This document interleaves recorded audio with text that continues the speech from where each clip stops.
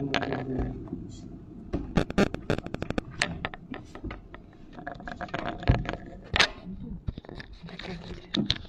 Ida.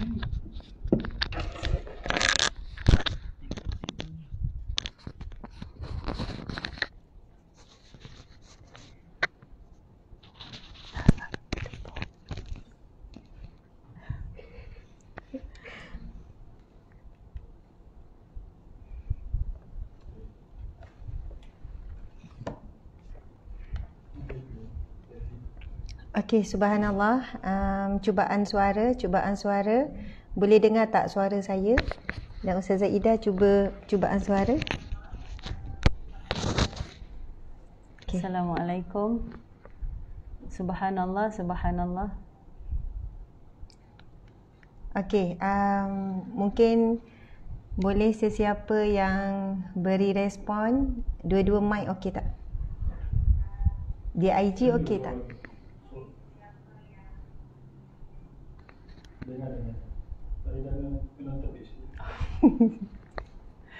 Masya Allah.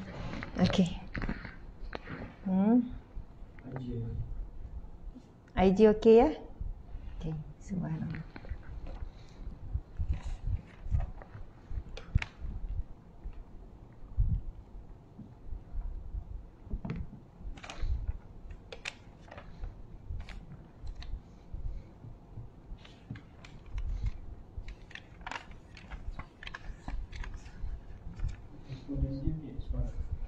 Suara di IG okey ya? Okey. Subhanallah, muslimin muslimat, sementara kita menunggu sahabat-sahabat untuk masuk, marilah sama-sama kita mulakan dengan bacaan umum kitab Al-Fatihah. A'udzubillahi minasyaitanirrajim. Bismillahirrahmanirrahim. Alhamdulillahi rabbil alamin, arrahmanir rahim, maliki yaumiddin. Iyyaka na'budu wa iyyaka nasta'in. Ihdinas siratal mustaqim. Siratal ladzina an'amta 'alaihim ghairil maghdubi 'alaihim waladdallin. Amin ya rabbal alamin. Subhanallah. Untuk menghilangkan debar saya yang berdebar ni malam ni dengan tetamu yang sangat istimewa, masya-Allah. Tapi beberapa hari ini memang kami dah bersama kan. Nantilah saya perkenalkan siapa, masya-Allah. Kita dengarkan dulu dan sama-sama nasyid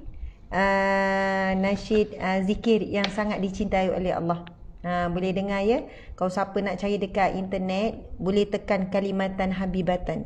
Okey. Bismillah. Subhanallah wa bihamdih, subhanallahil azim. Subhanallah wa bihamdih, subhanallahil azim. Subhanallah wa bihamdih, subhanallahil azim. Dua kalimah yang sangat dicintai oleh Allah, yang ringan pada lidah, yang berat pada timbangan amal, iaitu subhanallah wa bihamdih, subhanallahil azim. Maha suci Allah dan pujian baginya, maha suci Allah yang maha agung. Subhanallah itu adalah merupakan hadis Nabi SAW,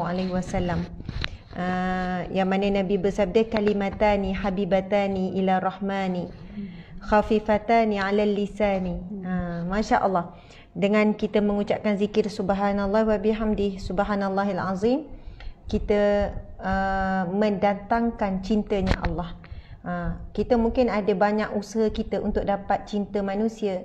Kan kalau nak dapat cinta suami, masak makanan kegemaran dia, gembirakan hati dia, taati dia, muliakan dia, insya-Allah bertambah cinta. Begitu juga dengan anak, adalah sesuatu yang kita buat yang menanam dalamnya cinta anak kepada kita. Namun menerusi hadis Nabi yang ringkas itu, sahabat-sahabat Nabi berkongsi yang mana amalan yang mendatangkan cintanya Allah. Dua kalimah yang sangat ringan pada lidah, tapi ia berat pada timbangan amal yang sangat dicintai oleh Allah. Subhanallah, alhamdulillah. Muslimin muslimat, auzubillahi minasyaitanirrajim. Bismillahirrahmanirrahim.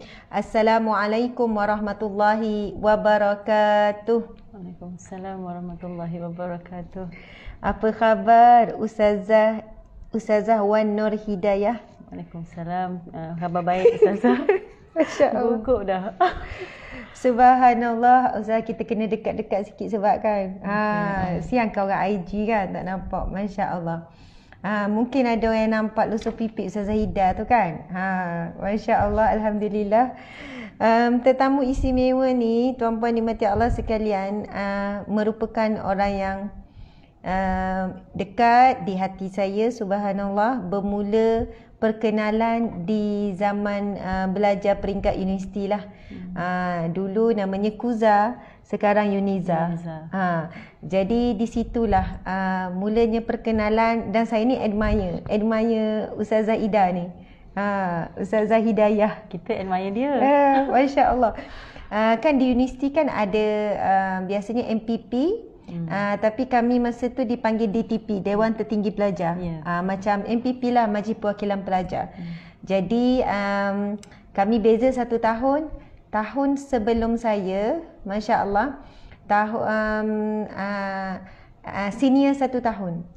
Jadi Ustazah Hidayah memegang jawatan naib presiden.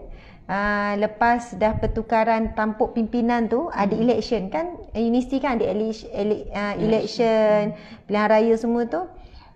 Selepas beliau, saya pula jadi naib presiden untuk Majlis Perwakilan Pelajar tu, DTP tu. Jadi begitulah perkaitan kami tu. Dan seterusnya sambung ke Mesir. Ustazah Hidayah pun ke Mesir. Berjumpa sekejap selang lah Ustazah Hidayah beberapa bulan saja di Mesir bersama. Sempat ambil gambar kat Sami Foto. Subhanallah, kena carilah gambar tu. Ada insya-Allah. Ada dalam simpanan. Itulah. Boleh cari kejap lagi, kita jadi bukti. Boleh. Kejap lagi. Kalau ada lah insya-Allah. Subhanallah. Kita minta sahabat-sahabat Uda ke Farah ke Mali ke cari gambar tu. Jadi Masya Allah, setelah itu ukhuwah, kasih sayang sentiasa mekar mewangi, Masya Allah, sehinggalah saat ini. Kami bukan sekadar rakan seperjuangan di medan ilmu. Kami lebih daripada itu. Adalah sudut rahsia tu, kan, dunia rahsia kita. Kemudian sekarang alhamdulillah, mudah-mudahan kami bersatu pula di atas jalan jihad ekonomi, insya-Allah. Kami rakan niaga dan sebagainya. Jadi Ustazah Ida dan suaminya telah berada bersama dengan kami beberapa hari ni. Dah masuk hari keempat hari ketiga kan. Memang itulah menguruskan beberapa perkara yang penting lah. Jadi sahabat-sahabat sekalian, saya nak perkenalkan nama panel. Nampak kan saya tak boleh berhenti senyum sebab beliau merupakan daripada belajar dulu, dia istilahnya ialah kan orang kata idola. Memanglah idola ataupun kudwah hasanah hanya Rasulullah SAW. Tapi dalam kehidupan kita kan ada juga manusia yang menjadi contoh. Jadi saya sebenarnya berdebar bila live bersama dengan Ustazah Hidayah ni macam kakak, jadi dan juga guru saya, murabi saya. Begitulah tuan-puan sekalian. Jadi saya macam sangat gembira dan bahagia, rasa rendah diri dan rasa itulah tak boleh berhenti senyum. Macam itulah. Encik suami dia selalu lebih-lebih. Tak, betul. Encik suami dia tahu kalau saya mesej senyum-senyum, dia tahu mesej dengan Kak Ida lah tu. Dia cakap gitu. Betul Encik suami? Betul. Okey. Subhanallah, nama penak Wan Nur Hidayah binti Wan Fauzi. Tarikh lahir pada 7 April 1982. Takut siapa nak catat, nak bagi hadiah hari lahir ya. 7 April dah lepas dah, tahun depan lah pula. 1982, umur 39 tahun. Kami beza 1 tahun lah. Okey, asal Terengganu, sama kami.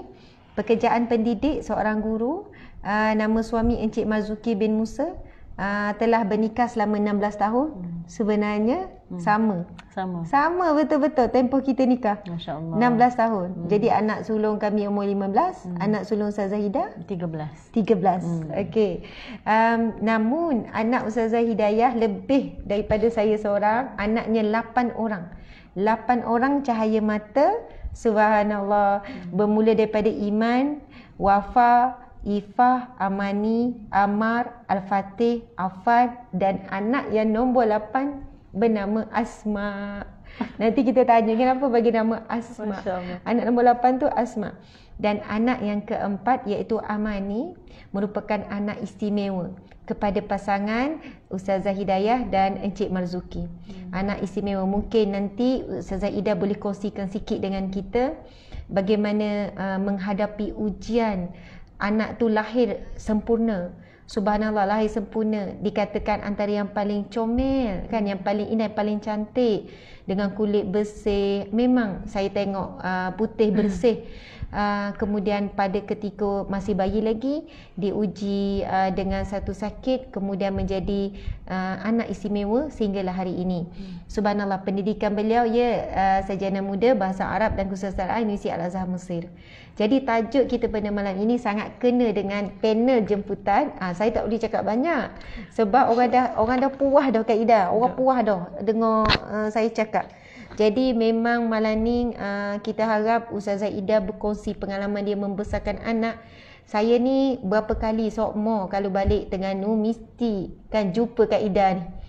Jumpa, dan saya selalu tengok bagaimana anak-anaknya yang santun, yang lembut, yang baik, yang soleh-solehah. Jadi sudah tentu ada rahsia beliau dalam mendidik dan menguruskan 8 orang anak. Dengan kesibukan Ustazah Ida ni merupakan aktivis yang sangat aktif, wakil NGO kita Sahabat Amal Care, dan NGO di bawah Ustazah Ida sendiri. Ustazah Ida ada NGO yang digerakkan, beliau yang menggerakkan. Jadi tahu kesibukannya menguruskan NGO, kemudian ada juga perniagaan. Butik adalah beberapa perniagaan, kemudian menguruskan anak 8 orang tanpa pembantu, tak ada maid dekat rumah, dengan ada anak istimewa dan sebagainya. Jadi bagaimana beliau menguruskan kesibukan dengan pendidikan anak-anak dan sebagainya. Jadi saya malam ni kecil kelate pula. Saya malam ni moderator. Masya-Allah. Boleh Ustazah Ida. Baik, masya-Allah. Muslimin-muslimat sekalian, sekarang kita mempersilakan Ustazah Wan Nur Hidayah untuk mukaddimah bagi tajuk kita malam ini, Aduhai Anakku Sayang. Masya-Allah. Subhanallah. Subhanallah. Bismillahirrahmanirrahim. Alhamdulillahirabbil alamin. Alhamdulillahirabbil alamin, wassalatu wassalamu ala asyrafil anbiya'i wal mursalin wa ala alihi wa sahbihi ajma'in. Qala rabbi shrah li sadri wa yassir li amri wahlul 'uqdatam min lisani yafqahu qawli. Subhanaka la ilma lana illa ma 'allamtana innaka antal alimul hakim wa la hawla wa la quwwata illa billahil 'aliyyil 'azim. Allahumma salli ala Sayyidina Muhammad al-Fatihi lima ughliqa wal khatimi lima sabaq nasiril haq bil haq wal hadi ila siratikal mustaqim wa ala alihi wa sahbihi haqqa qadrihi wa miqdarihil azim. Jadi sidang pendengar, masya-Allah, Allahu akbar. Assalamualaikum warahmatullahi wabarakatuh. Pertama sekali nak bahas benda ni, Kak Ida boleh? Okey. Ustazah Ida pun boleh. Kak Ida lah, ya, sebab Ustazah Asma memang daripada dulu panggil Kak Ida, dan perkenalkan diri di Facebook pun kalau orang yang biasa pun dengan Kak Ida juga. Boleh? Okay. Boleh, mana yang selesa. Mana yang selesa. Ya, Ustazah gitu lah. Saya cakap bahasakan saya, tapi mungkin terpulang. Okey. Kak Ida lah insyaAllah lebih dekat. Jadi sebenarnya pada malam ini memang tak bersedia. Ustazah Asma memang berikan kejutan, dan itulah tabiat dia, suka bagi kejutan. Sampai sejuk lah, sampai sejuk Kak Ida ni, masya-Allah. Jadi sebagai mukadimah meraihkan apa yang Ustazah ajak kita bincang pada malam ini, ya. Allahumma salli ala Sayyidina Muhammad. Aduhai anakku sayang. Apabila kita renung, apabila kita menikmati nikmat ataupun amanah daripada Allah Subhanahu Wa Taala itu, kita perlu bersyukur, ya, kerana kita Allah angkat darjat daripada seorang wanita kepada menjadi seorang ibu. Itu kadang-kadang yang dilupakan oleh ramai wanita, ya, apabila diberikan anak, tetapi anak itu menjadi tempat melampiaskan kemarahan, tempat melepaskan kekusutan, tempat untuk apa sajalah, ya, Sedangkan apa yang diberikan oleh Allah itu adalah amanah, dan bersama dengan amanah itu ada ujian-ujian. Ya, sebab apa? Kadang-kadang terlalu sayang sehingga kita melupakan meninggalkan urusan akhirat, ataupun kadang-kadang kerana terlalu memikirkan untuk nama baik dan sebagainya, kita sampai meremehkan perasaan-perasaan anak ni. Jadi itulah Ustazah, kita bual bicaralah. Rasa macam dok mampulah nak bercakap panjang sangat, masya-Allah. Subhanallah. Ustazah Ida, ni nak tunjuk gambar bukti ya. Siapa boleh teka mana saya masa zaman sekolah ni. Zaman Mesir. Terima kasih kawan-kawan yang ni. Okey. Ni boleh nampak tak gambar kami? Mana satu gambar saya? Mana satu saya? Cuba teka mana satu saya. Mana satu Ustazah Ida. Nampak kan Ustazah Ida duduk depan sekali, saya mana satu? Cuba bagi tahu saya pakai baju warna apa? Saya pakai baju warna apa? Siapa boleh teka dia betul saya pakai baju warna apa? Mana satu? Ni masa kat Mesir ni, ambil gambar kat kedai orang Arab. Nama dia Sami Foto. Sami Foto kedai orang Arab. Tapi tak clear sangat kan? Masya-Allah. Tengok. Oh, baju merun. Betul-betul pandai. Oh, boleh nampak itulah muka budak-budak kan. Itulah kenangannya. Belakang tu tepi saya kawan Ustazah Nurul Huda, kemudian Ustazah Malik Mastura. Rapat sampai sekarang, masya-Allah, alhamdulillah. Kemudian Ustazah Farah Hayati, Ustazah Zaharah Zahariman, masya-Allah. Okey, sahabat-sahabat sekalian, saya nak tanya lagi Ustazah Ida. Okey. Bagaimana Ustazah Ida menguruskan anak-anak 8 orang dalam keadaan kesibukan? Boleh je Ustazah Ida terus kongsi bagaimana saat menghadapi ujian Allah daripada anak istimewa yang daripada sihat jadi sakit kemudian jadi istimewa. Okey, silakan seluasnya. Insya-Allah. Bismillahirrahmanirrahim. Alhamdulillah Allah SWT memberikan kepada Kak Ida anak yang seramai 8 orang, dan alhamdulillah lah cukup lelaki seramai 3 orang, perempuan 5 orang. Memanglah mana-mana pun ibu bapa mesti ada ujian, mesti ada proses pembelajaran dan sebagainya. Namun kita kena ingat bahawa dalam mendidik anak ataupun menguruskan anak-anak bukan kita seorang sahaja, pasti bersama dengan suami yang memahami, saling berkongsi, saling tolak ansur, saling faham memahami, kemudian kena banyak didik diri, kemudian kena banyak tambah ilmu. Memang secara jujurnya Kak Ida pun berhadapan dengan perasaan-perasaan stres, kemudian down, apalagi bila diuji dengan anak yang istimewa. Pada ketika masa tu umur Kak Ida pun baru mencecah 30 tahun. Masya-Allah, tidak pernah terbayang pun akan menghadapi satu episod perubahan 360 darjah cara hidup. Sebab masa tu Kak Ida dengan suami ada menguruskan dua buah butik. Kita dah buka 2 buah kedai di shopping mall. Kemudian dianugerahkan anak yang keempat masa tu, anak yang comel. Kemudian dalam sibuk menguruskan tu baru bisnes nak naik, sales pun dah okey, dah stabil. Terus Allah rentap, Allah tarik kami suami isteri berhadapan dengan ujian yang kita tak pernah fikir, tak pernah terfikir pun, dan perasaan masa tu seolah-olah macam ditarik oleh seekor kuda yang sangat laju. Kita tak ready, maksudnya macam terpelanting gitu kita ni. Perasaan tu maksudnya masuk ke hospital A, lepas tu kena transfer ke hospital B, kemudian belum ready lagi tengok keadaan anak tu, kemudian ada proses ambil air tulang belakang, tak sempat lagi air tulang belakang, anak sawan, lepas tu masuk ICU. baru nak ready dengan ICU, nak ambil air tulang belakang ICU, anak kena tebuk kepala. Lepas tu dapat result anak tebuk kepala, masuk bilik bilik khas pula sebab ada jangkitan. Kemudian benda tu tak berhenti selama ujiannya selama 3 bulan lah. Dan kami pula diuji Allah masa tu bukan berada di Terengganu. Maknanya Allah campakkan kami ni suami isteri ke Seremban. Kena dekat Tampin rumah mak mertua, tapi dihantar ke Seremban HTJ dan berada di Seremban selama 1.5 bulan. Bayangkan kami tidur atas lantai, kami sewa bilik, suami tidur dalam kereta. Bayangkan stres masa tu, mak tak ada, ayah tak ada, family jauh, anak-anak lain masa tu ada bibi yang jaga. Dan bibi tu kadang duduk rumah mak mertua, kadang duduk rumah ipar, kadang duduk rumah mak sendiri. Masya Allah, Allahu Akbar. Dan episod itu kami tempuh sendiri. Alhamdulillah, sahabat-sahabat pun ada datang ziarah yang jauh datang, Masya Allah.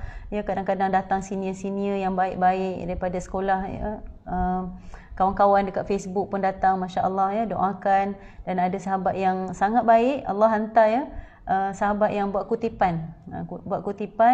Sampai 4,000 dapat dalam masa 3 hari, Masya Allah. Tetapi masa tu kan Kak Ida ada bisnes kan, jadi kita tak harapkan duit pun masa tu. Kita harapkan doa, dan memang sesungguhnya ujian itu memang mendidik kami untuk banyak infak. Masa tu kami belajar tentang sedekah, masuk duit dalam poket kanan, poket kiri tu keluarkan semua. Maksudnya macam itulah.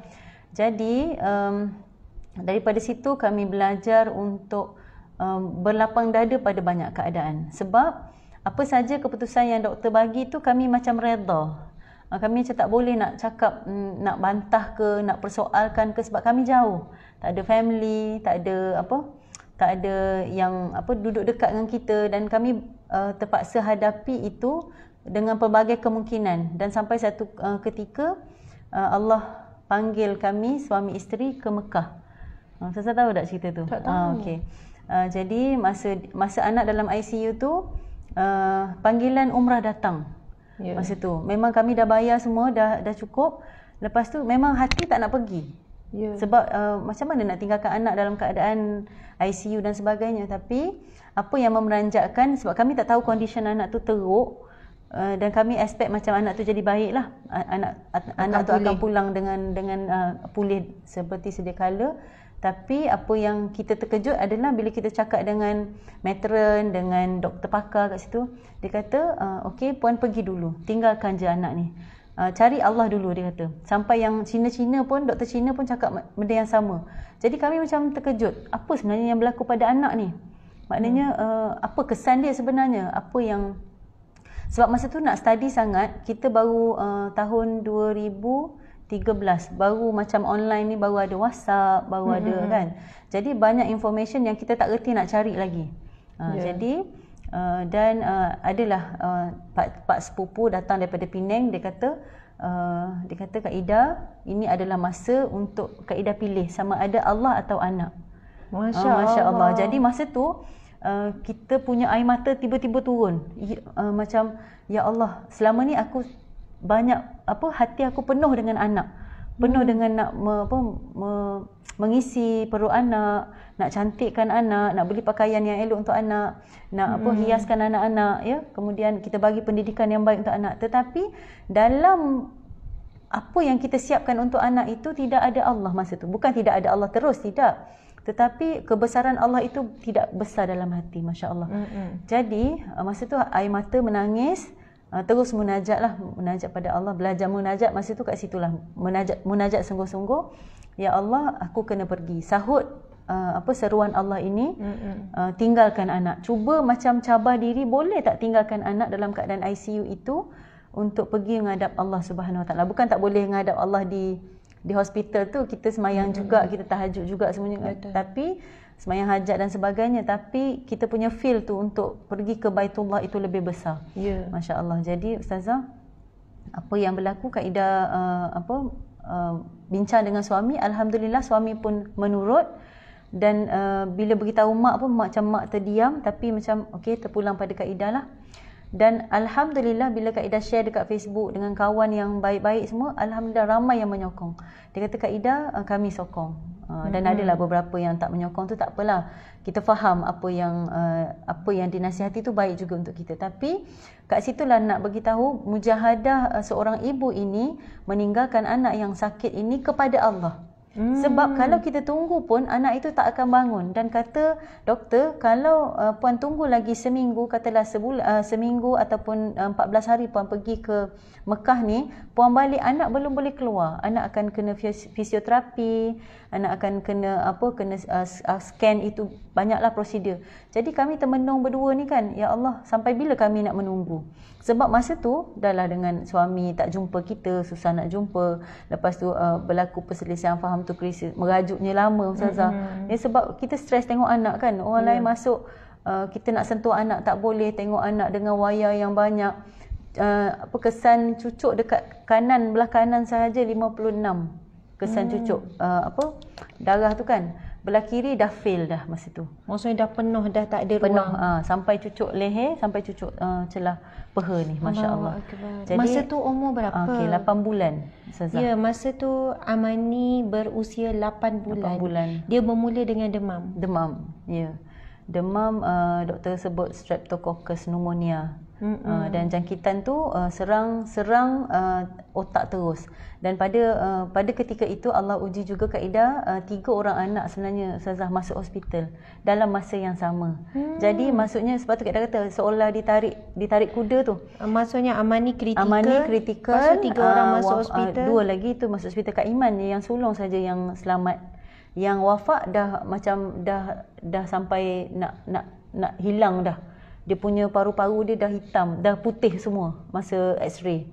Lepas tu Ifah ni memang temperature dia 40. Oh, semua demam? Semua demam. Sebenarnya dia bermula daripada itulah pneumonia tu. Kenapa jadi 3 semua pneumonia? Dia kalau masa itulah Kak Ida pun dok pandailah nak cerita dari segi medical ni. Tapi dia daripada udara. Dan pneumonia ini kalau anak-anak dah ambil vaksin untuk pneumonia, masa tu tak ada, sampai sekarang pun tak ada lagi vaksin pneumonia untuk kerajaan bagi, kena ambil di luar, kena beli. Jadi masa tu kita memang tak ada langsung kesedaran untuk cucuk pneumonia tu, dan benda tu kena dekat Negeri Sembilan. Dan kebetulan pada ketika itu cuaca jerebu dan dia lebih memudaratkan keadaan anak. Maksudnya dia bukan faktor, dia memang faktor luaran. Ya. Maksudnya itu takdir Allah. Takdir Allah. Melalui udara. Ya. Lepas tu terkena pada anak ni. Terkena pada anak. Tapi demam, Amani yang kemudian paling dia terus efek. Ya. Amani mungkin masa tu vaksin dia belum cukup. Mungkin antara faktor lah. Belum habis lagi. Sebab dia baru baby kan. Jadi bulan. Macam imunisasi dia tu tak berapa bagus lagi.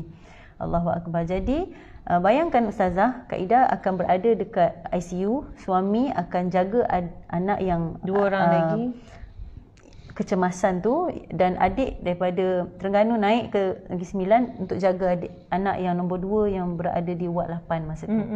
Jadi bayangkan kami ni dengan kejutan dekat ICU, kejutan dekat bawah, kejutan dekat tingkat 8. Benda tu seminggu.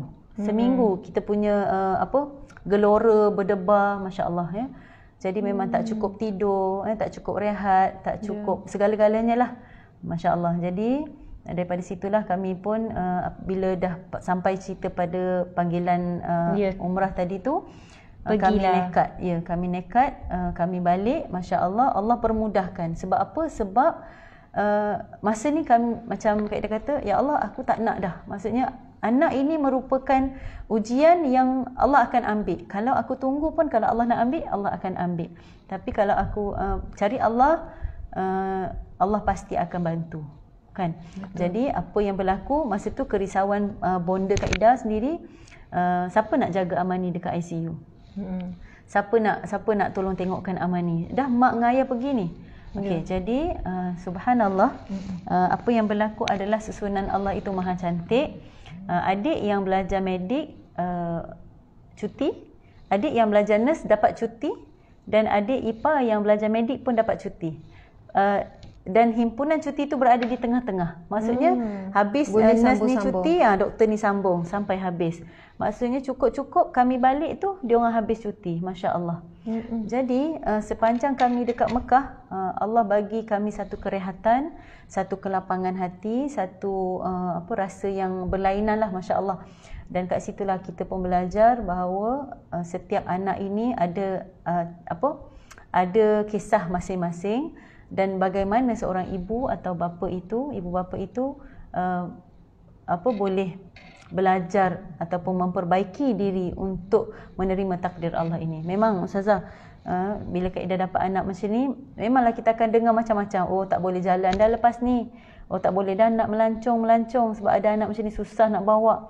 Macam-macam lah. Dan kalau kita layan, kenapa dapat anak macam ni, ada buat salah ke, ada buat dosa, alhamdulillah Kak Ida memang tak fikir semua tu. Maksudnya Kak Ida terima Amani ini dengan senyum. Maksudnya memanglah sedih tu sedih, tapi kalau kita masih sedih, kalau kita berterusan sedih, Allah memang akan bersama kita, masya-Allah. Tetapi masyarakat kadang-kadang tak akan faham apa yang kita sedihkan tu. Maksudnya ada saja benda-benda yang akan melukakan hati kita. Jadi pokok pangkalnya kita, Ustazah. Kita yang kena tune diri kita ni, okey, relax. Tak perlu nak gopoh, tak perlu nak salahkan orang. Kalau orang pandang pun tak perlu nak salahkan, tak payah pandang ke. Maksudnya sentiasa nak cari salah orang, tak. Alhamdulillah, masya-Allah Ustazah, Amani keluar sebagai anak yang istimewa, cerebral palsy, memang terbaring sahaja dan memang otaknya severe.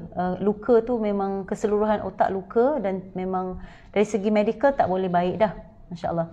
Tetapi subhanallah, Amani ini walaupun di diagnos oleh doktor buta, pekak, kan, bisu dan sebagainya, namun subhanallah, keyakinan kami tak salahkan doktor. Doktor hanya beritahu kemungkinan. Jadi kami macam okey, kita dah ready, subhanallah. Tetapi bila kita yakin bahawa Allah ini ada kuasa dan magic Allah itu lebih hebat, masya-Allah, Amani boleh melihat dengan baik. Maksudnya tak adalah dia tengok ikut, tak, tapi dia perasan kelibat Kak Ida lalu, dan dia tahu suara Kak Ida, dan dia boleh sahut bila kita bercakap dengan dia. Maksudnya tak adalah Amani sihat, dia boleh macam tu. Maksudnya respon tu cukup membahagikan, Ustazah, masya-Allah. Masya-Allah, subhanallah. Saya Kak Ida, Ustazah Asmat tak ada masa tu? Tak ada. Mungkin di Australia. Ada di Australia, ya. Ya, jadi tak tahu cerita tu. Jadi Ustazah Ida boleh tunjuk gambar Amani tak? Boleh. Masya-Allah. Sekarang ni Amani umur berapa? Amani sekarang 8 tahun.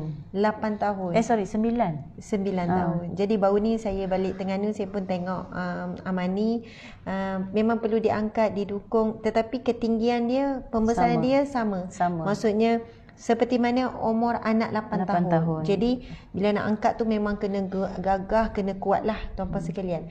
Jadi kita percaya di luar sana ada ramai ibu bapa juga diuji dengan anak istimewa.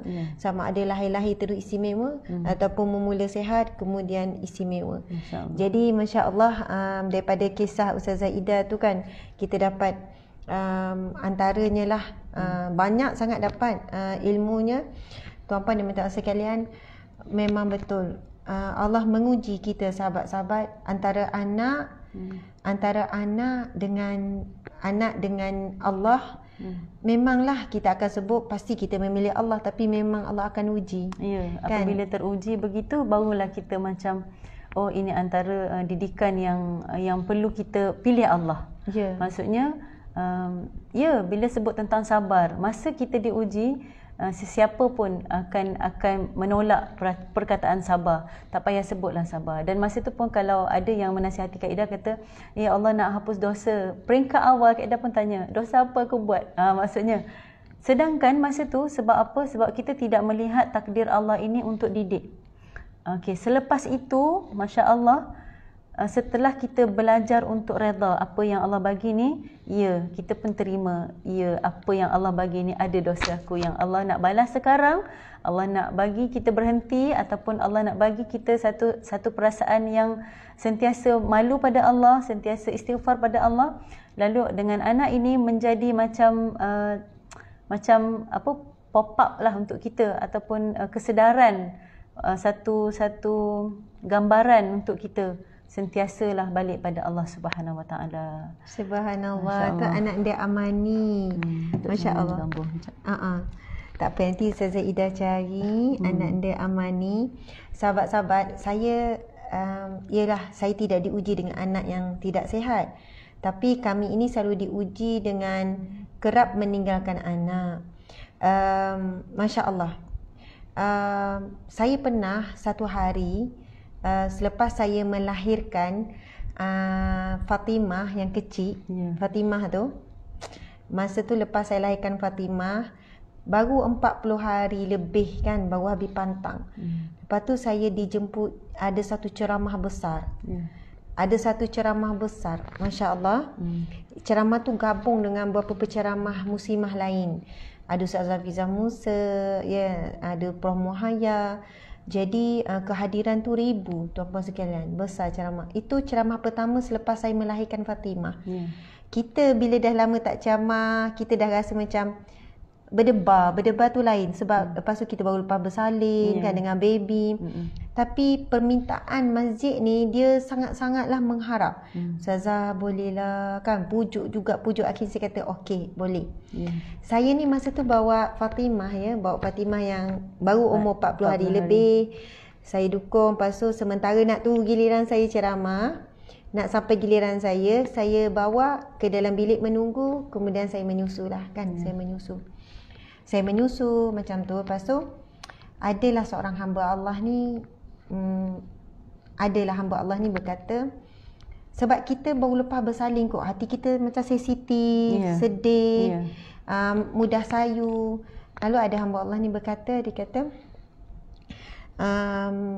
Ustazah, anak kecil lagi duk angkut-angkut nak pergi ceramah, kenapa macam menyeksa anak sampai macam ni? Okey.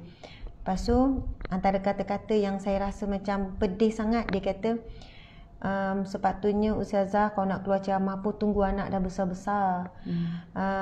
Esok kalau anak-anak Ustazah tak menjadi, anak-anak rosak, anak tak menjadi, Ustazah juga malu. Sibuk nak membaikkan orang, anak sendiri tak baik. Sibuk nak didik masyarakat, nak dakwah, anak sendiri tak terdidik. Masa tu barulah Ustazah tahu mana nak letak muka. Kita ni dah lama tak ceramah. Kita keluar pada rumah baru keluarlah kan, baru habis pantang. Lepas tu kita sanggup datang tu dengan harapan besar penganjur. Saya kata sebab boleh je sebelum tu pun saya habis je pantang, saya terus ceramah je. Perjalanan jauh daripada Seremban ke KL dengan bawa baby kan. Lepas tu saya terus macam menangis terdiam. Subhanallah. Masa tu dah sampai giliran saya nak pergi ceramah. Dah dipanggil Ustazah Asma jemput ya. Bayangkan tuan-puan dimati Allah sekalian, masa tu memang saya tahu tak saya nak buat apa. Saya nak terus saja balik. Saya nak terus masa tu saya hantar anak saya Fatimah pada ayah dia dekat kereta. Abang ambil Fatimah, jom kita balik. Macam tu lah. Kenapa pula? Kan dah ni kejap lagi ni. Tak apa bang, jom kita balik. Tapi masa tu suami kata jangan buat begitu. Buat apa ni? Kenapa ni? Lepas tu saya cerita. Maksudnya Masya Allah, benda tu datang waktu macam tu dalam keadaan kita sensitif, kita sedih. Dan bukan kali pertama pun sebenarnya saya dicakap begitu. Sebab orang nampak saya sibuk kan, ceramah sana kan, ceramah sini, pergi sana sini. Orang mengatakan Ustazah Ahmad tu tinggal anak, didik anak macam mana, entah asyik tinggal, entah suami dia macam mana. Ada yang kata esok suami dia kena kebas orang. Ada je yang perkara negatif tu kan. Subhanallah, lepas tu suami pujuk, saya pun pergi. Dan masa itulah saya, sebenarnya ujian dia menambahkan keyakinan kita kepada Allah, kebergantungan pada Allah, kemudian keyakinan kepada amalan, doa-doa kita tu. Masa tu sebab saya dapat doa surah Ghafir ayat 44 masa nak melahirkan Fatimah. Jadi masa tu saya kata wa ufawwidu amri ila Allah. Aku menyerahkan urusanku kepadamu ya Allah. Urusan aku nak menyampaikan ilmu ini ya Allah. Innallaha basirun bil ibad.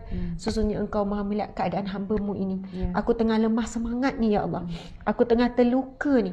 Sekejap lagi nak berhadapan dengan ribuan, penuh masjid tu atas bawah. Aku mampu tak nak bercakap ni, dan kadang aku sangat terluka kan, aku sangat sedih. Tapi subhanallah, Allah bagi kekuatan, Allah bagikan kalam-kalam yang hikmah, Allah bagikan kemampuan untuk menyampaikan sampailah habis. Muslimin muslimat dimati Allah sekalian, setiap kali ada kata-kata yang begitu, saya selalu sebut, saya serahkan anak-anak saya kepada Allah. Walaupun ada kadang orang yang terdekat, nanti kan anak tu terabai, anak tu juga sayang, anak memberontak. Dan memang betul tuan-puan sekalian, memang saya menempuh ujian. Saya menempuh ujian, ada anak yang bermasalah, ada anak yang adabnya kurang baik, ada anak kami mengakui bahawa kerana kami kerap juga meninggalkan anak, ada anak yang terbabas. Betul. Kan, terleka sampai kami terduduk. Lepas tu saya kata, bang, suami saya, kita kata memang betul kan apa yang manusia kata, sedangkan kita diuji dengan anak, dengan akhlak yang begini yang ada bermasalah. Sekarang kita kena bertaubat kepada Allah. Kita kena kita mungkin kerana kita menyandarkan kemampuan kita untuk mendidik anak. Betul. Kemampuan kita mendidik anak. Contoh ya, saya sebut pasal aduhai anakku sayang. Kami ada anak yang duduk satu bilik. Biasa perempuan satu bilik 4 orang, lelaki satu bilik 3 orang. Tapi hubungan mereka macam jauh. Hubungan kakak dengan adik ni jauh, yang membimbangkan saya. Sampai si adik kata, Umi, ia sebutlah kakak ni tak pernah nak borak, tak pernah nak bercakap. Kakak ni suka buat hal dia, contoh ya, kakak ni gini. Saya ni kan kadang cubalah usaha kita nak baikkan, usaha kita nak pulihkan, nasihatkan, pujuk, lepas tu kadang dengan tegas, dengan marah. Subhanallah, lepas tu kan apa saya kata, macam mana ni? Sebab apa? Benda tu dia bukan cerita setakat itu saja. Dia ada kesan-kesan yang lain lagi. Masya Allah. Lepas tu bila berlaku, kemudian apa yang kami buat? Kita buat solat taubat. Ya Allah, mohon ampun. Jangan disebabkan dosa-dosa kami, Engkau menguji anak-anak kami. Aduhai anakku, kan? Tajuk kita. Ya Allah, kami tahu jika Engkau uji kami dengan sakit, mungkin kami boleh menanggungnya. Jika kamu uji kami dengan harta, mungkin kami mampu menanggungnya. Lalu engkau uji kami dengan anak. Sebab engkau mengetahui bahawasanya kami terlalu mencintai anak. Jadi bila Allah uji anak, sebenarnya Allah tidak mahu dalam hati kita ni lebih mencintai anak, dunia dan isinya melebihi dia. Jadi subhanallah, kita pun solat taubat, minta ampun dengan Allah. Kemudian kita doa, ya Allah, Engkaulah yang memegang hati anak-anak kami. Betul. Kan, jika Engkau ingin menjadikan mereka berkasih sayang, maka mereka akan berkasih sayang. Masya Allah. Lepas tu zikir, doa, tuan-puan sekalian. Lepas tu kan Allah tunjuk, kita tak usaha banyak pun. Betul. Tapi dari masa ke semasa, sampai peringkat mereka jadi sangat rapat, sampai nak pakai baju sama, sampai kalau jalan tu pimpin tangan, makan tu boleh suap. Saya kata, sampai suami ambil gambar. Itulah nak ceritanya, kita ni ada Allah. Kita ni ada Allah. Tetapi kita ada Allah yang maha kuasa, yang maha hebat, yang boleh buat apa sahaja. Dia yang memiliki kasih sayang, Ya Rahman, Ya Rahim, Ya Wadud, yang memiliki cinta. Dia boleh tarik cinta dalam hati manusia. Dia boleh masukkan cinta tu, suburkan. Dia boleh letak kasih sayang. Dialah pemilik rezeki, boleh beri rezeki, boleh tarik. Dialah pemilik kesihatan, boleh beri, boleh tarik. Betul. Dia pemilik semuanya. Sangat rugi kita ada Allah yang maha semuanya, tetapi hidup tidak bertuhankan Allah, kadang bertuhankan anak. Maksudnya bahagia kita pada anak, derita kita pun pada anak. Tapi bila Allah uji derita dengan anak, kemudian kita pergi kepada Allah dan kita redha. Kita redha, tuan-puan sekalian. Pertama, sebelum cari jam saya memang redha dulu. Ya Allah, aku redha dengan kata-kata manusia tu, ya Allah. Bukan sekali dua saya dikata begitu. Kalau nampak saya awal-awal dulu, kalau nampak saya ada ceramah di Kedah, oh tinggal anak lagi, siapalah ni duk sibuk ni, haters kan. Ya Allah, aku redha dengan kata-katanya, ya Allah. Terus masa tu aku serahkan anak-anakku kepadamu. Dan selalu saya sebut, bang, insya-Allah Allah gantikan dengan guru-guru yang baik yang boleh didik anak. Dan insya-Allah dengan kita sabar dan kita redha dan kita tawakal, Allah akan jaga anak kita daripada sesuatu yang boleh mempengaruhi kepada keburukan. Kemudian yang kami perasan tuan-puan sekalian, dengan amalan selalu bila nak pergi jauh, saya fikir apa? Bila keluar jauh kan Ustazah Ida selalu tinggal anak, takut aksiden kami meninggal. Itu selalu bermainan fikiran. Betul. Aksiden meninggal, dua-dua akan meninggal sebab keluar dengan suami isteri.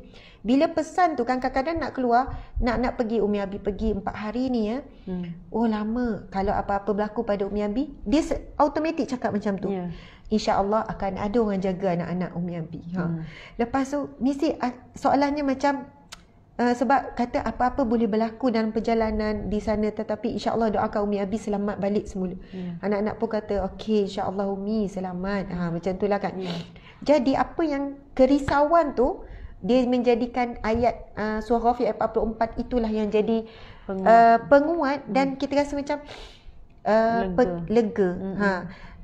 Tuan-puan, surah Ghafir ayat 44, siapa yang tak jumpa surah Ghafir, cari surah Al-Mu'min. Dia surah tu ada dua nama. Okey. Ghafir atau Al-Mu'min ayat 44, bismillahirrahmanirrahim. Wa ufawwidu amri ilallah. Wa ufawwidu tu maksudnya ialah daku menyerahkan bulat-bulat. Memang kalau baca terjemahan Al-Quran, dia terjemahkan dengan perkataan serah bulat-bulat. Maksudnya sempurna, serah betul-betul ilallah, kepada Allah. Wa ufawwidu amri, aku menyerahkan bulat-bulat urusanku ini, kerisauan kita tinggal anak, urusan anak, kepada Allah. Innallaha basirun bil ibad, sesungguhnya Allah Maha melihat keadaan hamba-hambanya. Ulang-ulang tu rasa macam lega. Dan banyak situasi kami berada di luar, kadang luar negara ataupun sekian sebelum Covid. Pernah ke Australia tinggal anak-anak, ke Brunei, ke banyak tempat lah kan, ke Sarawak ni. Bukan sekejap kadang tinggal. Masya Allah. Tetapi muslimin-muslimat, apa yang berlaku bila ada pun perkara apa saja yang melibatkan urusan anak, sentiasa ada jalan keluar. Betul. Sentiasa je keluar.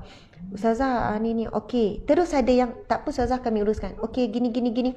Soalannya betul lah bila kita serahkan urusan kepada Allah. Allah benar-benar menguruskannya. Subhanallah. Allah akan menguruskan dengan cara Allah. Dengan cara Allah, bahkan cara Allah itu lebih baik. Lebih jauh lebih baik daripada apa yang kita fikirkan, apa yang kita susun, apa yang kita rancang, apa yang kita sediakan. Bahkan Allah SWT ini menyiapkan sesuatu kejutan yang sangat banyak dalam kehidupan Ustazah.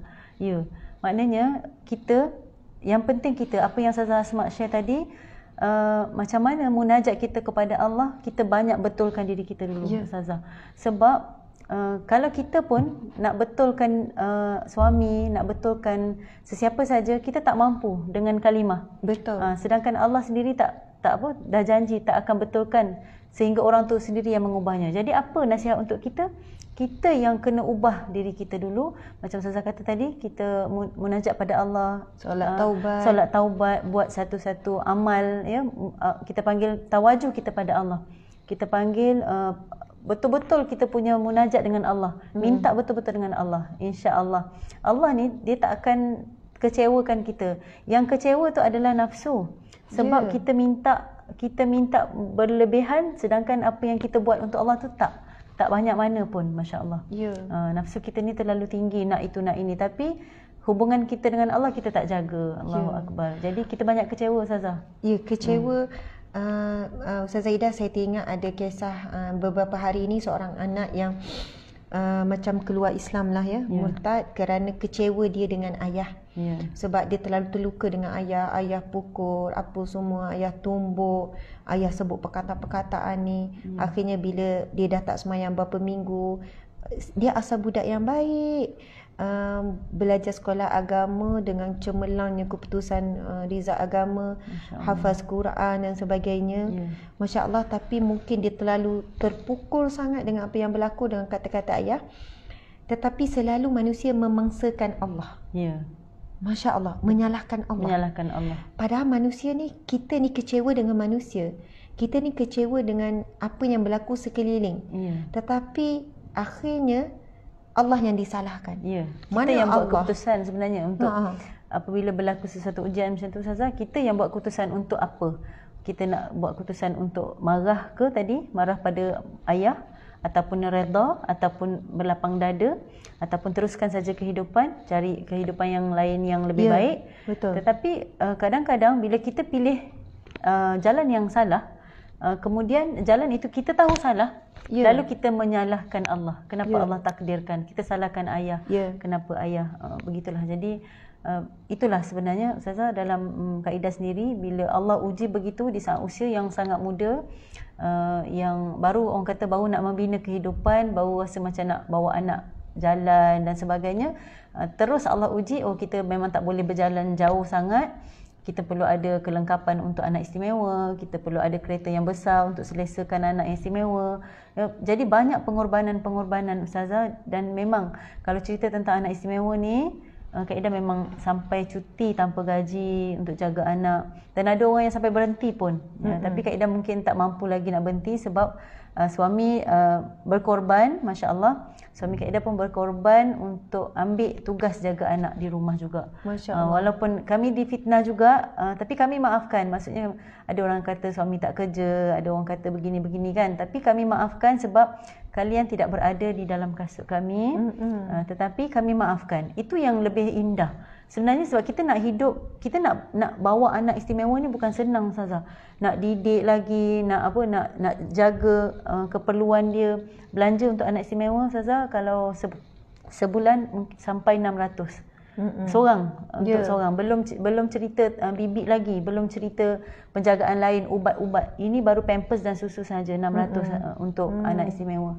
Apatah lagi apabila diuji dengan pakai alat-alat dan sebagainya. Dan anak Kak Ida pun sama, memang pernah pakai alat yang cucuk hidung tu kan, rice tube 5 tahun.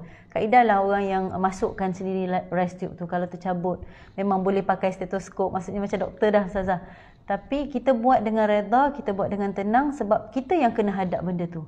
Dan kalau kita stres, kalau kita macam sibuk nak salahkan orang, kalau kita macam nak ambil semua apa orang kata, kita tak boleh nak handle anak yang lain yang kita tinggalkan. Kita sepenuh masa dengan anak istimewa, ada lagi anak-anak lain yang perlukan kasih sayang kita. Dan pasti Ustazah akan ada sesi terabai. Masya Allah. Jadi dekat situlah Kak Ida tak salahkan anak, tak salahkan orang lain, salahkan diri sendiri. Aku yang salah, aku yang kena betulkan, aku kena baiki, aku kena betulkan jadual, aku kena susun semula, ya, macam mana nak uruskan anak, macam ni, bincang dengan suami dan sebagainya. Masya Allah. Mesti ada lah Ustazah, bukannya kata cantik je semua, subhanallah. Allahu Akbar, subhanallah.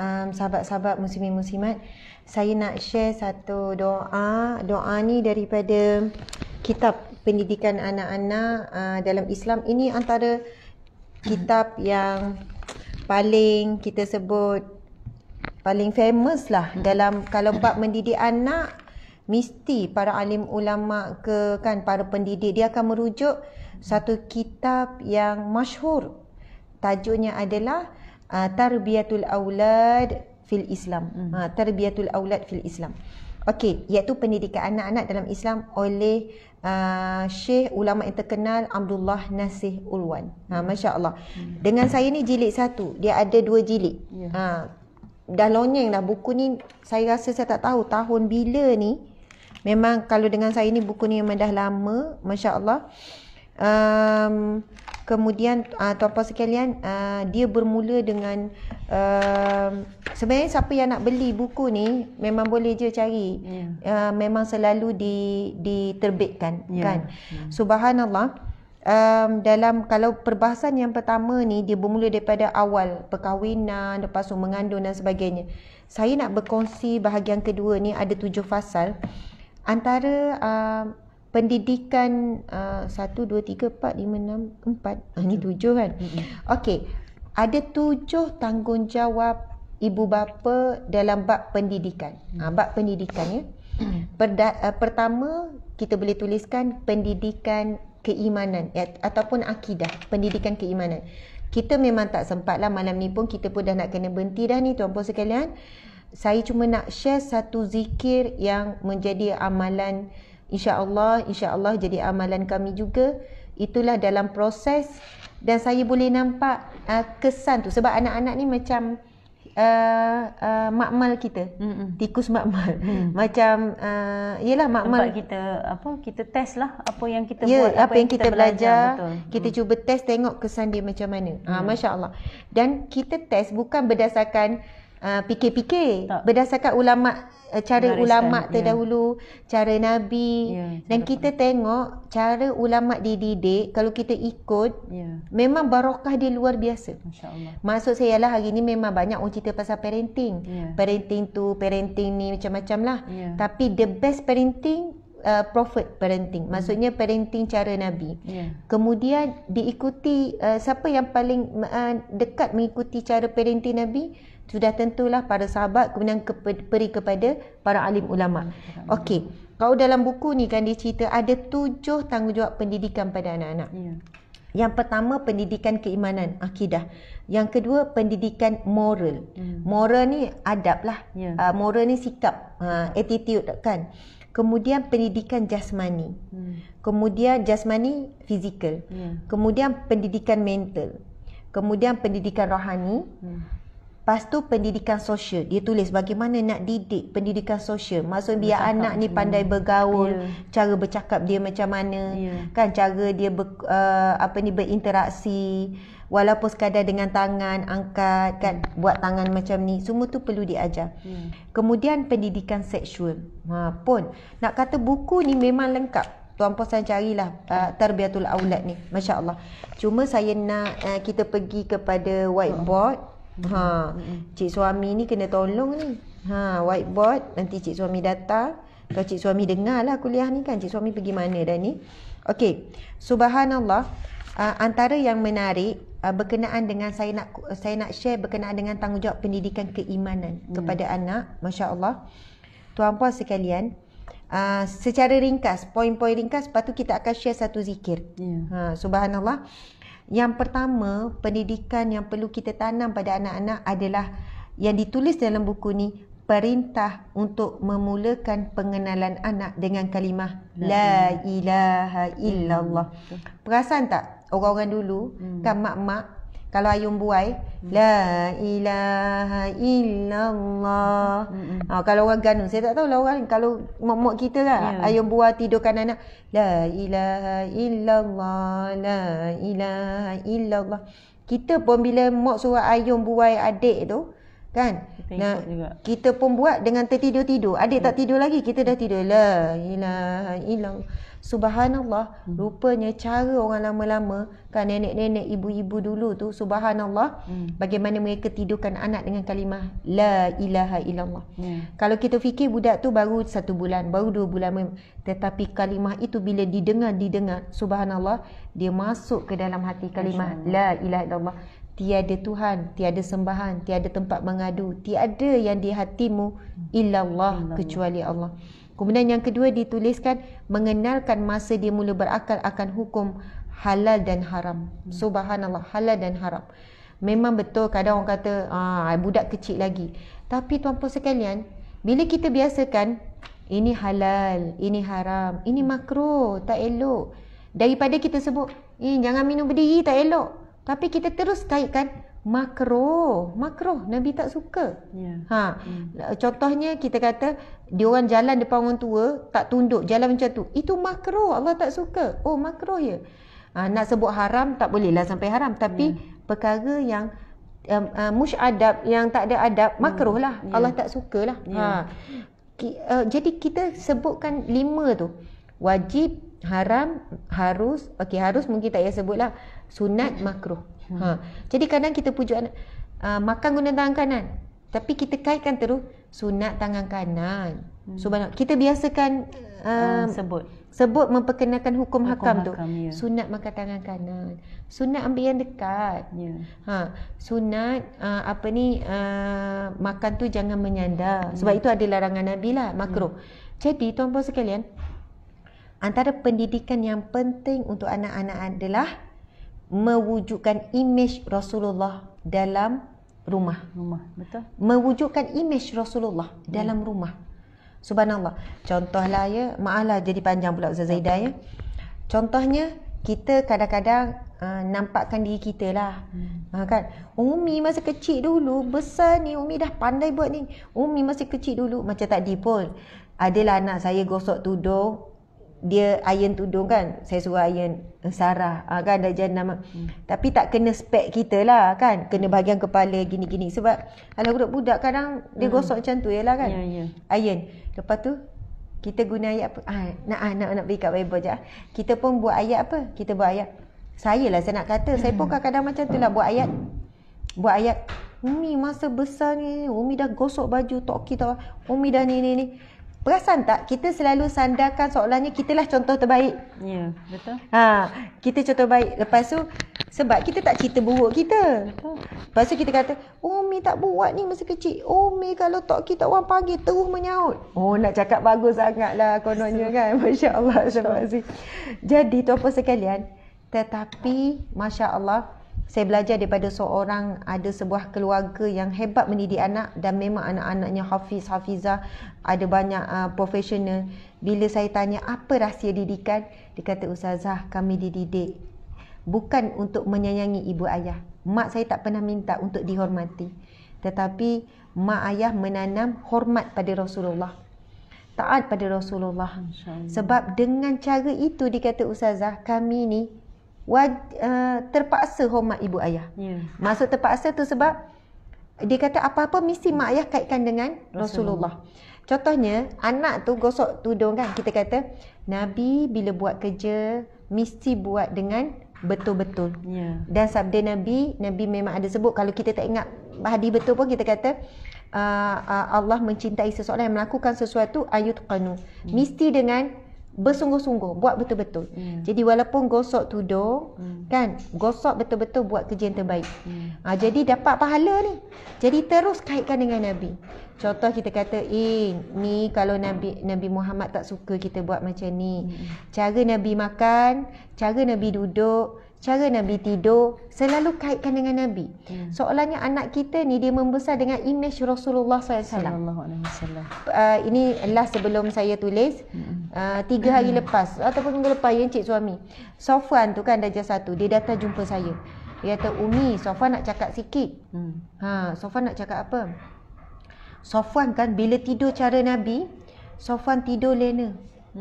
Dia jenis lucu sikit. Sofwan tidur cara Nabi. Ya, kalau Sofwan tak tidur cara Nabi, Sofwan rasa macam sesak nafas. Dia buat gaya macam sesak nafas, macam tercekik Umi. Macam mana tidur cara Nabi? Tidurlah. Dia kata, tidur macam mana cara Nabi? Tidur cara Nabi belah kanan tu Umi. Maksudnya tidur mengiring sebelah kanan. Sebab kita memang lapik tangan, lepas tu badan rusuk kanan kan, kiri atas. Sebab apa? Kita guna tidur cara Nabi. Bukannya kita sekadar sebut tidur menghadap kanan. Kita boleh sebut macam tu. Tetapi bila kita kaitkan dengan Nabi, Masya-Allah, barokah. Satu, anak ni dia mudah sangat dididik bila disebut nama Nabi Muhammad SAW. Kalau saya jadikan diri saya contoh, cakap elok-elok. Apa cakap tak elok ni? Anak kita kan kalau dia boleh menjawab, eleh Umi bukan elok sangat pun cakap. Betul. Contoh kan kita ada waktunya cakap dengan suami, bukanlah selalu lemah lembut. Maksudnya anak-anak ni cuma tak ada kuasa je nak jawab. Kalau kita kata, apa minum berdiri ni? Mungkin dia orang kadang-kadang jawab, alah itu pun tengok Umi minum berdiri. Contoh. Tapi dia orang tak jawab sebab kita ada kuasa, kita ada power. Sebab itu kita nak sandarkan buat tu contoh diri kita. Maksudnya boleh nak buat macam tu, tapi tak power, tak kuat. Tapi bila kita buat sandarkan Nabi, dia barokah tu luar biasa. Pertolongan Allah itu dalam bab mendidik anak tu jadi lebih mudah. Sebab kita terus sebut Nabi Muhammad. Jadi mereka ada imej yang bersih kepada Nabi Muhammad. Nabi Muhammad memang tidak ada kekurangan. Maksudnya tak ada buat salah. Berbanding dengan kita, kalau kita bagi diri kita contoh, mereka tahu kekurangan, kesilapan, mereka ada pengalaman pahit, mereka ada kecil hati dengan kita, tapi dengan Nabi tak pernah. Jadi sebab itu mewujudkan imej Rasulullah dalam pada anak-anak tu satu pendidikan yang memang disebut mendidik supaya mencintai Rasulullah dan mencintai keluarga Rasulullah SAW. Jadi Masya Allah, sahabat-sahabat, nanti kita nak juga macam ni lah Ustazah. Sebelum saya bangun, sebab kita terus tutup, kita nak bagi ruang pada Ustazah untuk berkongsi apa saja, mungkin tips, amalan ataupun doa, ataupun Ustazah ada nak baca daripada surah Luqman. Masya Allah, silakan Ustazah. Bismillahirrahmanirrahim. Terima kasih kepada Ustazah Asma. Jadi sebagai kesimpulan, insya-Allah Kak Ida nak share lah ya. Bila kita share, bukan kita share untuk kebanggaan, tidak, tetapi sebenarnya bila kita share apa yang kita buat, apa yang kita perjuangkan, masya-Allah kesan itu bukan saja Kak Ida yang rasa, tetapi mungkin insya-Allah sahabat-sahabat pun akan menikmati, akan sampai dalam hati sahabat-sahabat, para pendengar yang dirahmati Allah sekalian. Jadi waktu pandemik ini, masa kita ada banyak masa dengan anak-anak di rumah, kita ambil peluang untuk solat bersama. Kemudian kita pecahkan keegoan ibu, keegoan seorang ayah, keegoan kakak kepada adik, abang dengan adik ya, yang tak pernah berpeluk ya, tak pernah cium dan saling mendoakan. Itu kita didik pada waktu sekarang ya, pada waktu yang Allah berikan ruang masa yang sangat panjang dalam kehidupan kita ni, kita ambil lah untuk kita start dulu ya. Ibu ataupun ayah yang perlu start dulu. Bila dah selesai solat berjemaah tu, kena ada sesi peluk Ustazah. Peluk betul-betul ya, supaya sentuh antara dada ibu dengan dada anak ni jantung. Lekat, biar lekat. Dan masa kalau yang lelaki sama, buat yang sama. Masya-Allah. Dan mereka alhamdulillah peringkat awal masa Kak Ida start tu, memanglah anak lelaki dia malu. Tapi bila dah lama, dia orang yang berebut memang tolak kakak yang solat ni. Adik-adik yang lelaki yang belum solat ni, dia tolak kakak. Dia yang merempuh dulu nak peluk maknya. Jadi kita, cuma kat anak lelaki masa kecil sekolah rendah mungkin peluk lagi.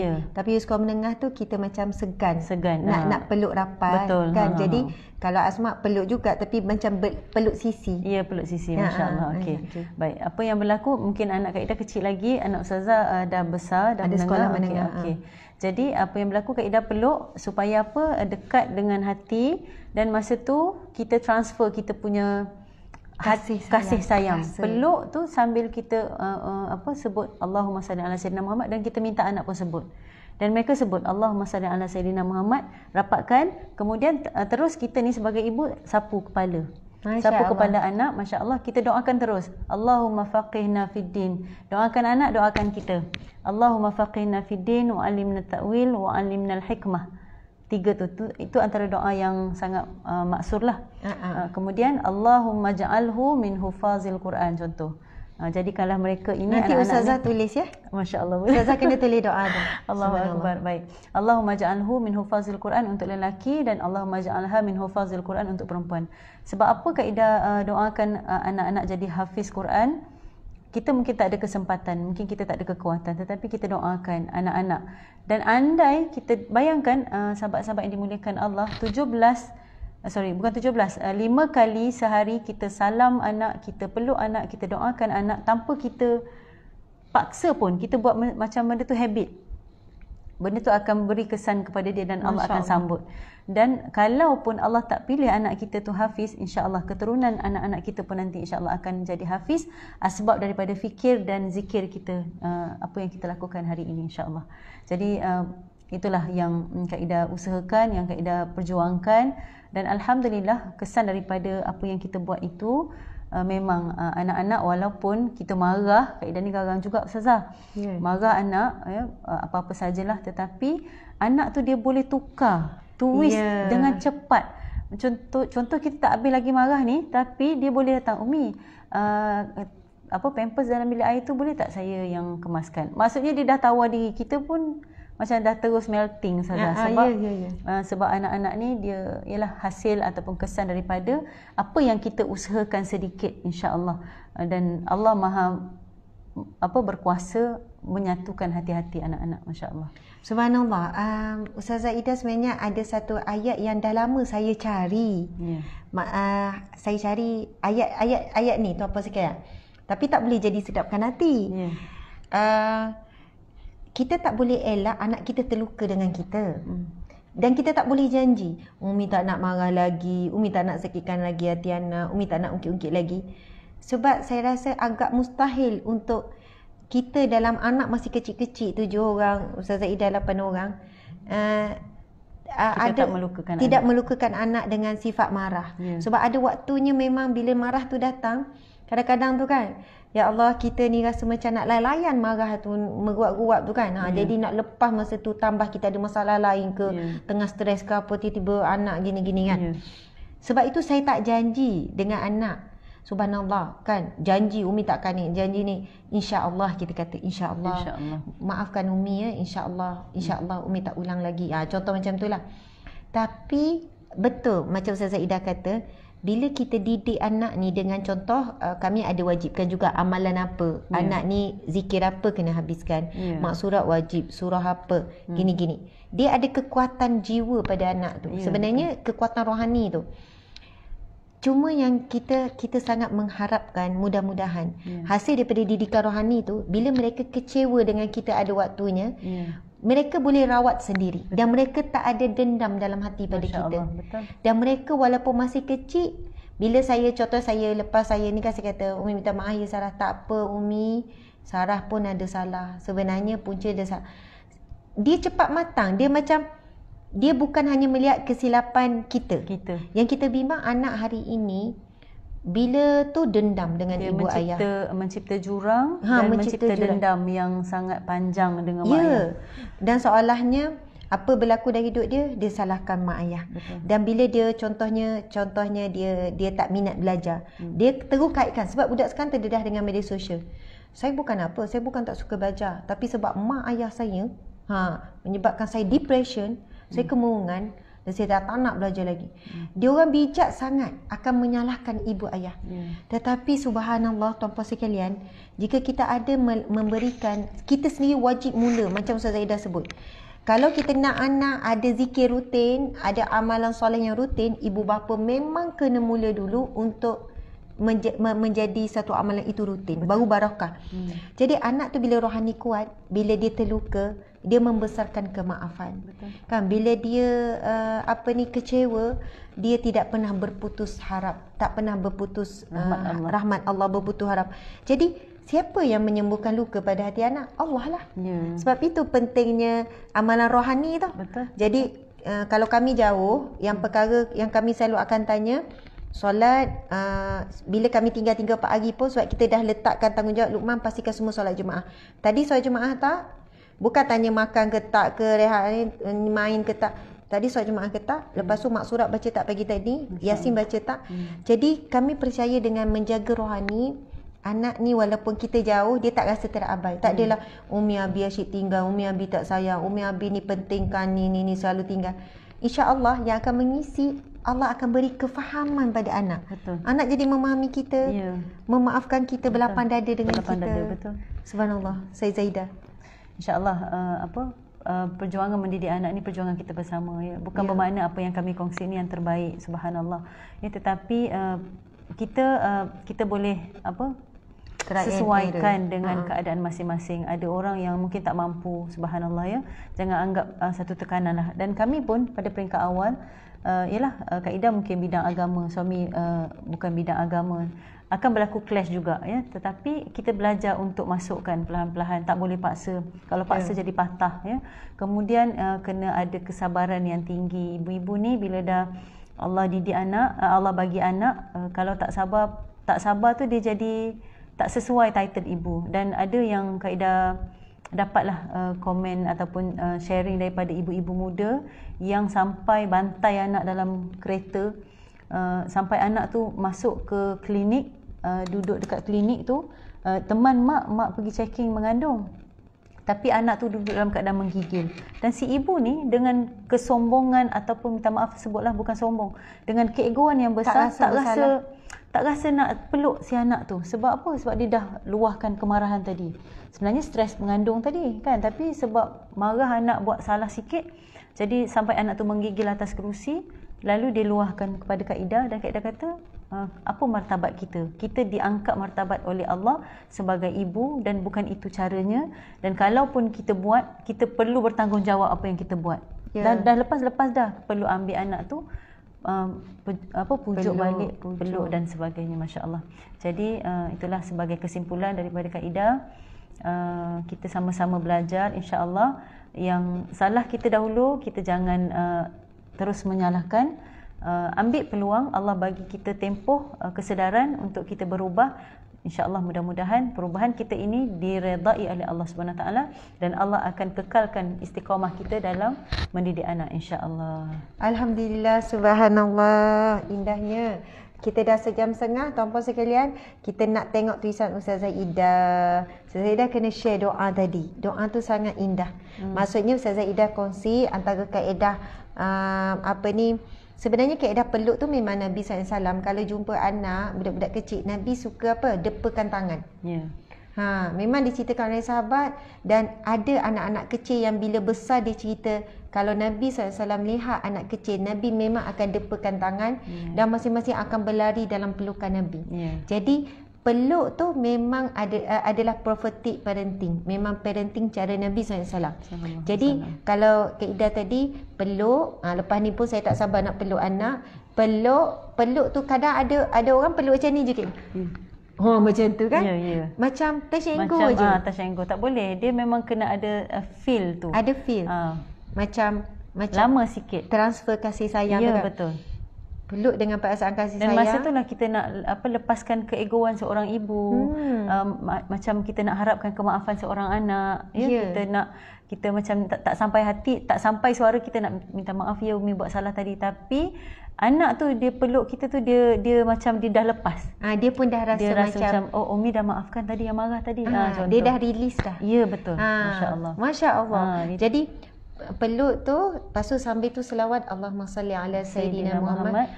Memang sedap sapu kepala. Sebenarnya kalau suami buat pada isteri pun tak sungguh Ustazah Ida.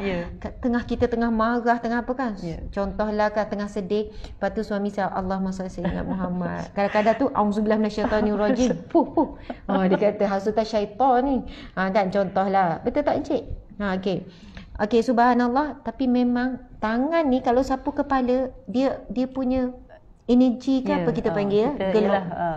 Sentuhan ini sangat perlu. Peluk dah satu, lepas tu gosok pula kepala. Kan? Gosok pula kepala, lepas tu selawat. Kemudian kalau doa bahasa Melayu tak ingat bahasa Arab pun tak apa, ya Allah jadilah anak yang baik. Kalau saya kaji Ustazah Ida, surah As-Saffat ayat 100 tu, Rabbi habli minas salihin. Itu doa. Boleh juga Rabbi habli minas salihin. Itu kadang-kadang kita baca dalam solat lah. Tapi kadang-kadang bila kita dah selalu ni Allahumma faqihha sambil tu Allahumma ja'alhu min hufazil Quran was salihin pun boleh juga. Masya-Allah. Ustazah Ida kena tulis. Sekarang Ustazah Ida akan tuliskan doa ni. Tak. Ustazah Ida pakai. Saya kena jalan kat situ. Buka dulu. Okey. Saya dah buka kejap. Okey, kita tengok, kita kongsi doa. Saya sebenarnya dah kerap dah dengar Ustazah Ida dia doa macam tu.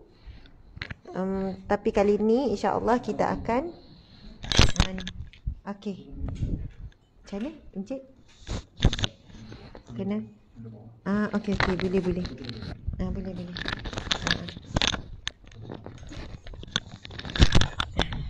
Kita ada pengarah program yang sangat berusaha ni nak itamat.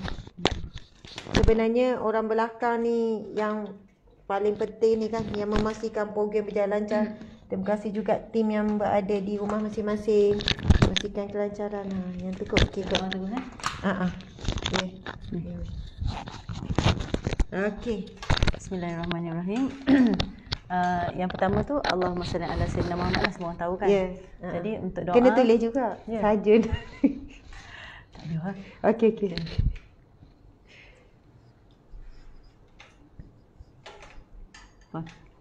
Okey.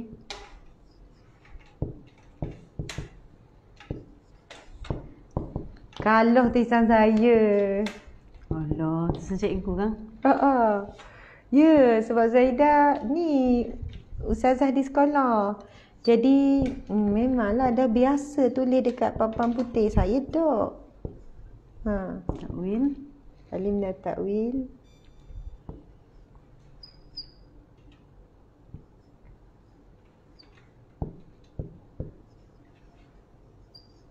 Wah, ni hebat ni kan. Wa'alimna hikmah, masya-Allah. Lepas Okey. tu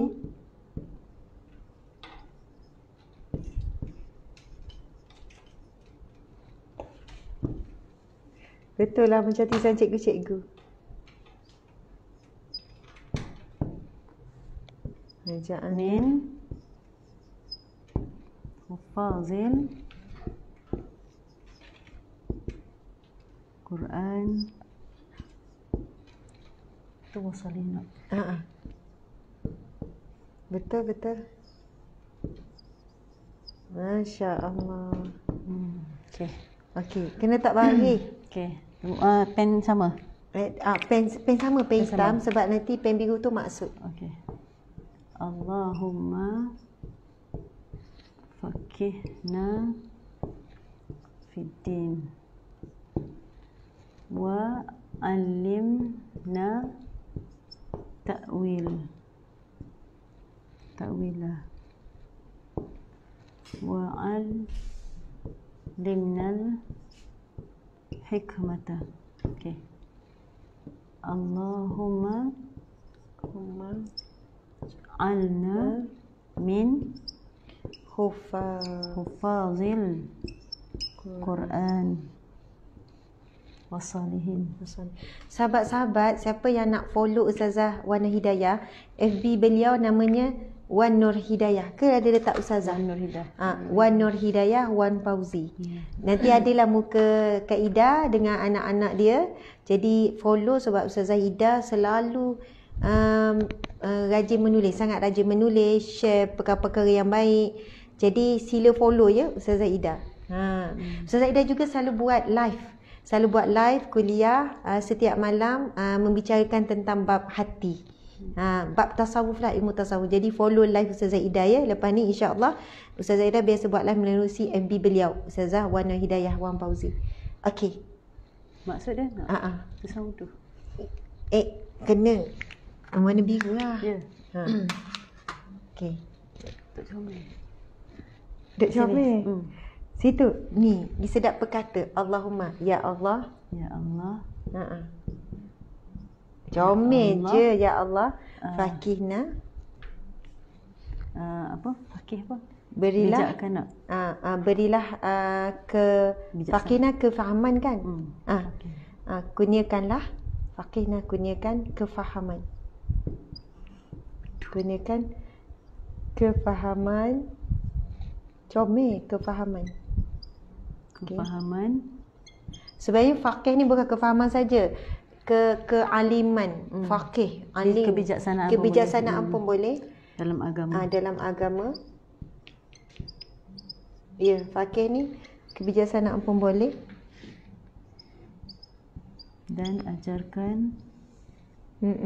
Saya tengok ramai yang ni tiba-tiba request friend dengan Ustazah Ida. Ya, follow ya Ustazah Wana Hidayah.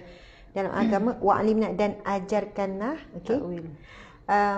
Takwil ni Tafsir. ya, wa'alimna takwil pada Quran. Ya, betul. Maksud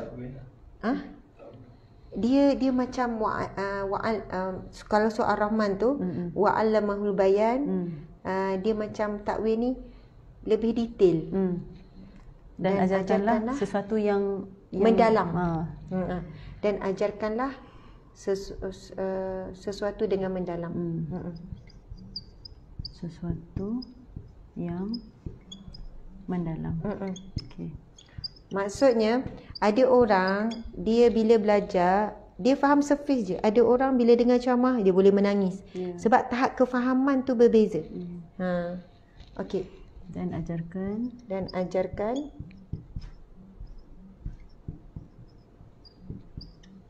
hikmah.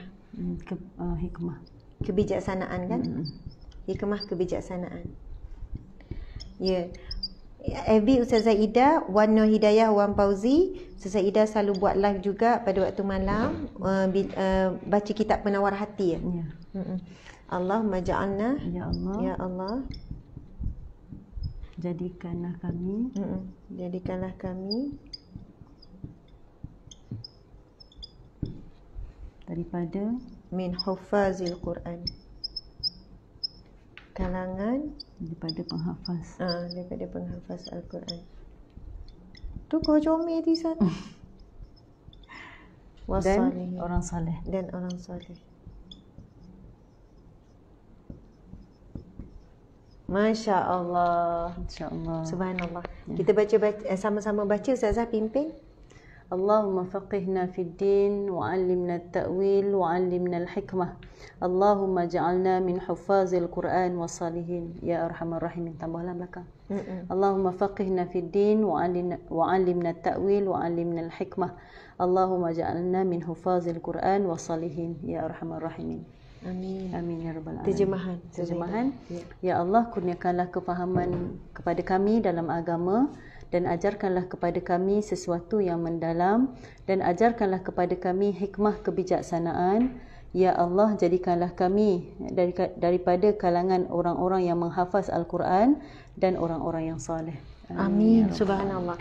Jadi peringkat awal, malam ni terus nak peluk anak kan, tak sempat hafal, sebut je dah bahasa Melayu dengan apa-apa doa. Lepas ni, sebab ini doa Nabi SAW kepada Zaid bin Harisah ya?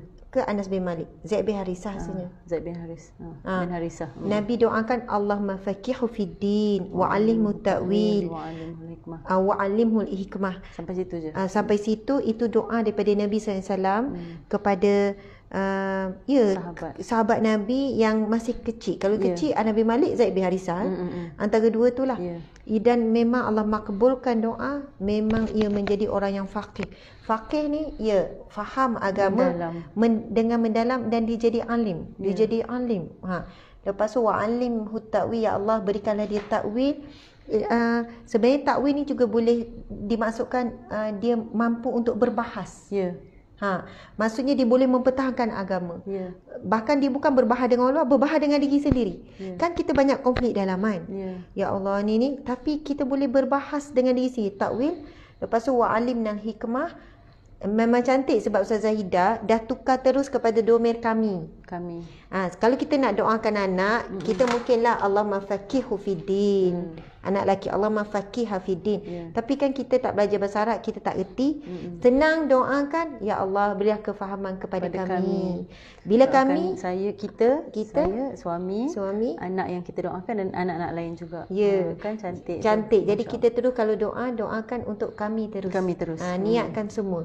Jadi ya Allah ajarkanlah kami dengan mendalam takwil. Kan kalau orang guna ayat, pandai takwil ni macam pandai bahas, pandai menjawab, tapi takwil ni juga mempertahankan. Subhanallah, mudah-mudahan bermanfaat tuan-puan dan mata Allah sekalian. Terima kasih semua. Mohon maaf salah dan silap. Jangan lupa boleh follow Ustazah Wana Hidayah pada FB dan ikuti banyak tulisan. Kena scroll. Kalau baca tulisan Ustazah Hidayah, kadang saya pun memang tersentak, terpukul dan menangis. Masya Allah, alhamdulillah. Jadi Ustazah Asma, terima kasih juga kepada pendengar, sahabat-sahabat yang dimuliakan Allah. Mohon maaf juga kalau ada salah dan silap. Terima kasih kerana sudi mendengar, sudi meluangkan masa. Masya Allah. Sekian daripada kami. Aku qawli hadza, astaghfirullahal azim. Wabillahi taufiq wal hidayah. Assalamualaikum warahmatullahi wabarakatuh. Kita tangguhkan perkongsian pada malam ini dengan tasbih kafarah dan surah Wal-Asr. Bismillahirrahmanirrahim. Subhanakallahumma wa bihamdika asyhadu an la ilaha illa anta astaghfiruka wa atubu ilaih. Bismillahirrahmanirrahim. Wal-Asr. Innal insana lafi khusr illa alladhina amanu wa 'amilus solihat wa tawasaw bil haqqi wa tawasaw bis sabr. Sadaqallahul azim. Amin ya rabbal alamin. Terima kasih Ustazah Ida. Terima kasih Ustazah.